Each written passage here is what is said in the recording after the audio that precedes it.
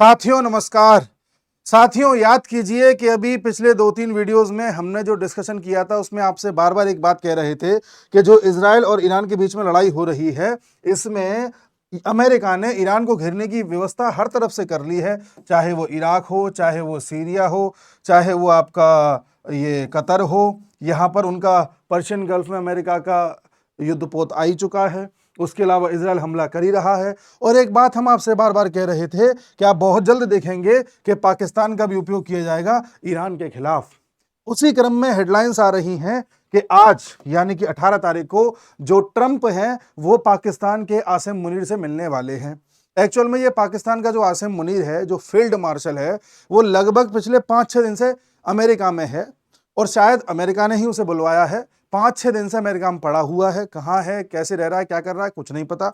वहां पर वो है और लगातार उसके विरुद्ध वहां पर नारेबाजी भी हो रही है। कई पाकिस्तानी ऐसे हैं जो इमरान खान की पार्टी के हैं और उसके विरुद्ध वहां पर नारेबाजी कर रहे हैं। हालांकि इस बात को कोई भी मीडिया अभी रिपोर्ट नहीं कर रही है। मीडिया को इस बात में बड़ी दिलचस्पी होती है कि भारत के कितने रफाल गिरे, लेकिन ये चीज नहीं दिखाएगी कि कैसे आसिम मुनीर के खिलाफ यूएस में प्रोटेस्ट हो रहे हैं। ठीक है साहब। इसी बीच क्या होता है, ट्रंप चचा चले जाते हैं G7 की मीटिंग में और उस मीटिंग को बीच में छोड़ जाते हैं।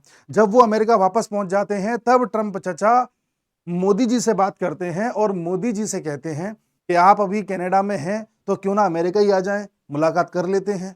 अब आप एक सिचुएशन इमेजिन करिए, अमेरिका में आज ट्रंप मिलने वाला है पाकिस्तान के आसिम मुनीर से। अमेरिका में आज ही आप बुला रहे हो मोदी जी को, तो कहीं ना कहीं अमेरिका में एक ऐसा सीन क्रिएट किया जा सकता था जहां पर एक ही छत के नीचे ट्रंप, मोदी जी और मुनीर तीनों होते। होते कि नहीं होते? ऐसी स्थिति में वहां कोई बात हो चाहे ना हो, कोई एग्रीमेंट हो चाहे कुछ भी ना हो, कुछ भी ना हो वहां पर, लेकिन अगर एक ऐसी भी फोटो निकल आती तो दुनिया में क्या नैरेटिव जाता कि साहब ये ट्रंप ही थे जिन्होंने भारत पाकिस्तान में सीज फायर कराया। इससे किसकी बदनामी होती? भारत की बदनामी होती। क्या बदनामी होती कि अरे भारत लगता है ट्रंप के आगे झुक गया है, अरे भारत इतना झुक गया है कि वहां से मुनीर से मिल रहा है, वहां बैठ करके बातचीत कर रहा है। मतलब एक 2 टके का आसिम मुनीर, 2 टके का पाकिस्तान जिसको हम अपने मुंह लगाना ना चाहें, जिसकी तरफ थूकना ना चाहें, उसके साथ एक छत के नीचे खड़े होंगे।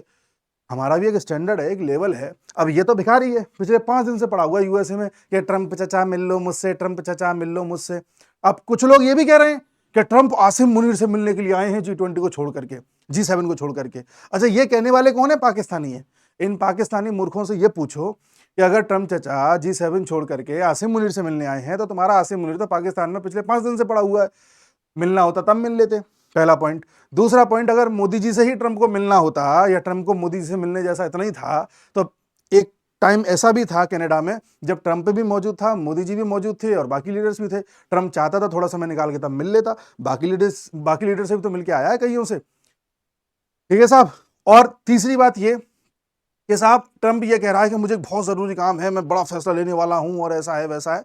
वो सारी जो कुछ नाटकबाजी इसकी है, कुछ नहीं था। ट्रंप एक नैरेटिव सेट करना चाह रहा था जिसमें दुनिया में एक संदेश ये चला जाता कि देखो मैं ही था जिसने भारत पाकिस्तान में युद्ध रुकवाया था।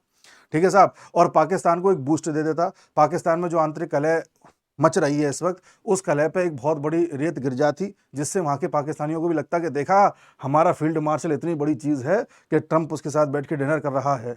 हमारा फील्ड मार्शल इतनी बड़ी चीज है कि मोदी जी को बुलाया ट्रंप ने कि आओ चलो इनसे माफी मांगो। ऐसे पाकिस्तानी वहां पे झूठा नैरेटिव चला देते कि देखो भारत झुक गया, भारत झुक गया। और हमारे देश में भी कई पार्टीज ऐसी हैं जो इस तरह के नैरेटिव को आगे बढ़ाने में बिल्कुल तत्पर रहती हैं।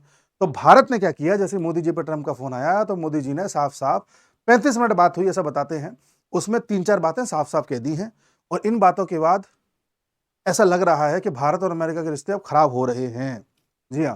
पहली बात तो ये कही है, देखिए पहले ये न्योता था जो मना कर दिया कि मैं अभी अमेरिका नहीं आ सकता, मेरा शेड्यूल बिजी है और मैं अभी बिल्कुल ही अफोर्ड नहीं कर सकता, ऐसे साफ साफ मना कर दिया है।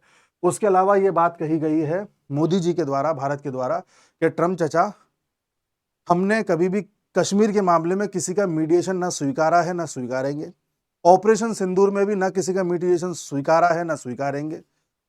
पाकिस्तान के मामले में हमें क्या करना है उसका फैसला हम लेंगे। हमारे ऊपर कभी भी आक्रमण हुआ हम उसे युद्ध की तरह मानेंगे और अपनी तरफ से ऑपरेशन करेंगे। हमें न किसी का मीडिएशन चाहिए, न किसी का शांति प्रस्ताव चाहिए, न किसी का सीज फायर चाहिए। हमारा मुद्दा है, हम अपने तरह से देखेंगे।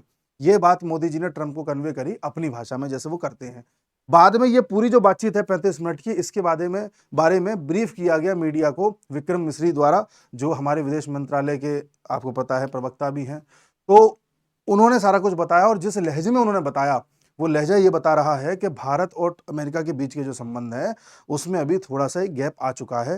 कारण क्या है कि ट्रंप बड़बोलेपन से बार बार जो बयान दे रहा है, जिस वजह से दुनिया में नैरेटिव जा रहा है कि इनकी वजह से सीजफायर हुआ है, हम उससे बेहद खफा हैं। और हम ये चाहते हैं कि ट्रंप हमारे मामले में एटलीस्ट कुछ मैच्योरिटी बरते। ठीक है साहब। तो ये एक आज क्लियर कट बातचीत हुई है, और हमने भी ये संदेश देने की कोशिश करी कि ट्रंप भाई बहुत बहुत तुमने बोल लिया ये कि सीज फायर कराया, अब तुम जरा शांत रहो।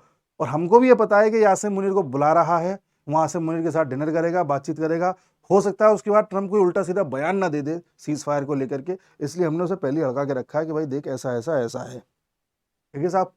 अब इसने आसिम मुनीर को क्यों बुलाया है, इसका आप भी समझ सकते हैं क्या कारण हो सकता है। आसिम मुनीर को सिर्फ और सिर्फ बुलाने का कारण यह है, 3-4 चीजें समझानी है उसे। पहली तो ये देख, हम ऑपरेशन चलाएंगे ईरान के ऊपर, हम हर तरफ से ईरान पर हमला करेंगे, हम तेरे एयर बेसेस भी यूज करेंगे। तो पहली बात तो सारी तैयारियां दुरुस्त रखियो। दूसरा ये कि किसी भी तरह से कोई भी तेरे पाकिस्तान का ग्रुप या गुट ऐसा नहीं होना चाहिए जो ईरान की किसी तरह से हथियार में मदद कर दे। तीसरी चीज ये पाकिस्तान के इसको समझाई गई है कि हो सकता है कि हम तुम्हारी आर्मी का भी सहारा लें, तो उसके लिए भी तैयार रहना। कहीं ना कहीं ईरान को पीटने के लिए पाकिस्तान की जो जो जरूरत पड़ सकती है, उन सभी जरूरतों को लेकर के बातचीत यहां पर हुई होगी। आप कहेंगे ये सारी बातचीत फोन पे भी हो सकती है, नहीं हो सकती, ये सारी बातचीतें बैठ के ही होती हैं। तो अभी पाकिस्तान को पूरी तरह से सेट किया जा रहा है कि कैसे पाकिस्तान की धरती का उपयोग होगा ईरान के लिए। अब चूंकि पाकिस्तान की धरती का युद्ध के लिए इस्तेमाल किया जाएगा, तो जाहिर सी बात है कि पाकिस्तान में भी अफरा तफरी मचेगी, पाकिस्तान में भी कलेश होगी। अब पाकिस्तान के लिए भी दिन अच्छे नहीं आने वाले हैं, बुरे ही आने वाले, ये मान के चलिएगा। क्योंकि जब यूएस किसी देश को यूज करता है तो उसके बाद जब उसे छोड़ता है तो पहले से बेकार कंडीशन में छोड़ता है। किसी का भी एग्जाम्पल देख लीजिए, आप अफगानिस्तान का एग्जाम्पल देख लीजिए, आप चाइना का एग्जाम्पल देख लीजिए। चाइना में अगर शी जिनपिंग या इससे पहले कम्युनिस्ट शासन नहीं आता तो चाइना की हालत बहुत बुरी कर दी थी यूएस ने। उधर आप वियतनाम को देख लीजिए, आप किसी भी क्षेत्र में चले जाइए दुनिया में, जहां एक बार यूएस घुसा, उसने अगर उस धरती का इस्तेमाल किया तो बाद में वो गड़बड़ ही करके छोड़ी है। इराक को देख लीजिए आप। ठीक है साहब।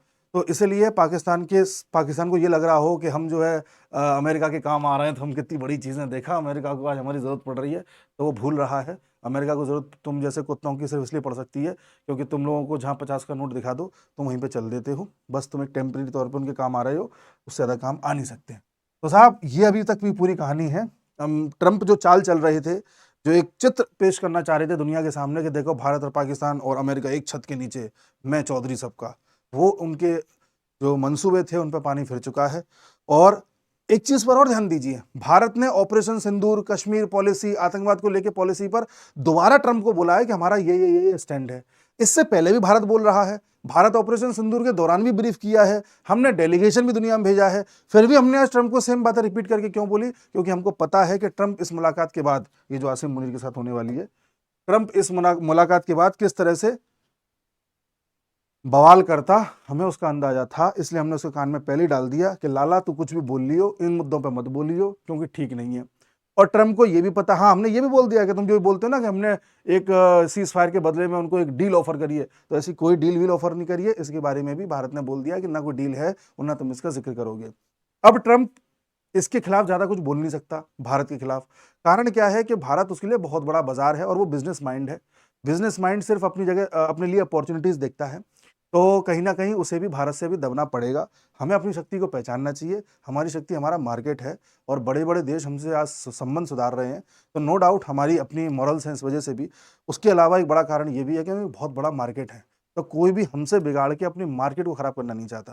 तो ट्रंप के लिए भी एक मजबूरी है हमसे हाथ मिला के कायदे से चलने की, तो हम उस चीज़ को जानते हैं, इसलिए हम ऐसे कदम उठा रहे हैं। और अमेरिका के राष्ट्रपति को मना कर देना कि साहब हम नहीं आ पाएंगे तुमसे मिलने, हम जा रहे हैं, हमें और काम है, ये एक बड़ी चीज़ है। दुनिया का कोई नेता ऐसे स्टैंड नहीं ले पाता है।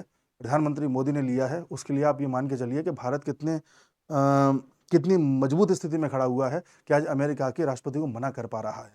हर नेता नहीं कर सकता। दुनिया के कई नेताओं को, बड़े बड़े देश के नेताओं को भी ट्रंप अपने बगल में बैठा के हड़का देता है, ऐसे जैसे उसके अंडर में काम कर रहे हैं क्या। लेकिन भारत की बात को वो नहीं काट पाता है।